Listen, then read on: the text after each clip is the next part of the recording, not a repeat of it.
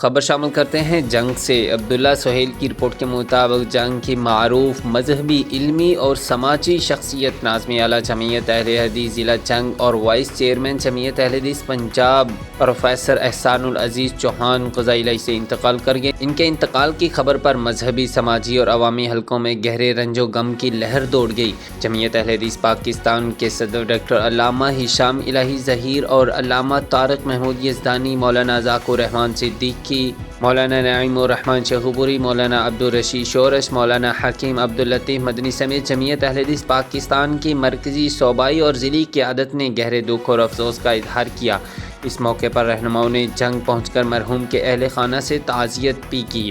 Professor احسان العزیز چوہان کا شمار ملک کے ممتاز خطباء میں ہوتا تھا۔ انہوں نے اپنی پوری زندگی دین اسلام کی خدمت، تبلیغ اور اصلاحی معاشرے کے لیے وقف کر رکھی تھی۔ خبر شامل کرتے ہیں خانیوال سے۔ ابتسام افضل کی رپورٹ کے مطابق سینئر صحافی Abdul Latif Anwar chairman district press club Khanewal نے ڈپٹی کمشنر خانیوال سے ملاقات کی، جس میں ملکی صورتحال، عوامی مسائل، ترقیاتی منصوبوں اور ضلعی انتظامی امور پر تفصیلی تبادلہ خیال کیا گیا۔ ملاقات میں عوامی فلاحی بہبود، مثبت صحافت کے فروغ اور انتظامیہ و میڈیا کے مابین مؤثر تعاون کو مزید مضبوط بنانے پر اتفاق کیا گیا۔ اس موقع پر عبداللطیف انور نے عوامی مسائل اجاگر کرنے کے عزم کا اظہار کیا، جبکہ ڈپٹی کمشنر نے عوامی خدمت اور ترقیاتی منصوبوں کی شفاف تکمیل کے عزم کا اعادہ کیا۔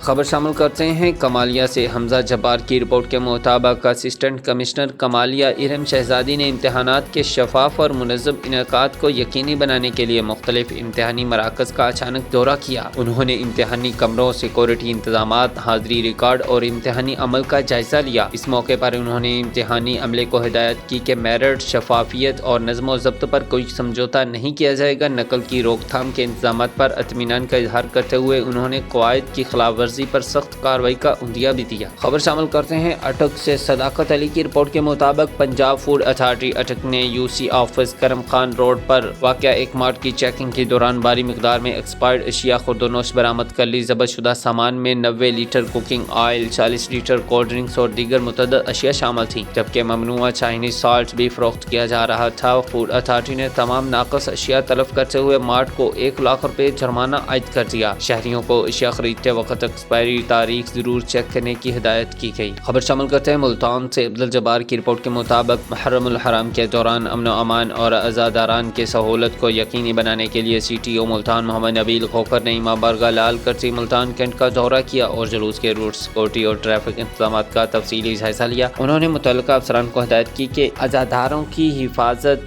ٹریفک کی روانی اور متبادل راستوں کی نشاندہی کے لیے تمام وسائل بروئے کار لائے جائیں۔ شہریوں نے انتظامات پر اطمینان کا اظہار کرتے ہوئے سی ٹی او ملتان کی ذاتی نگرانی کو سراہا۔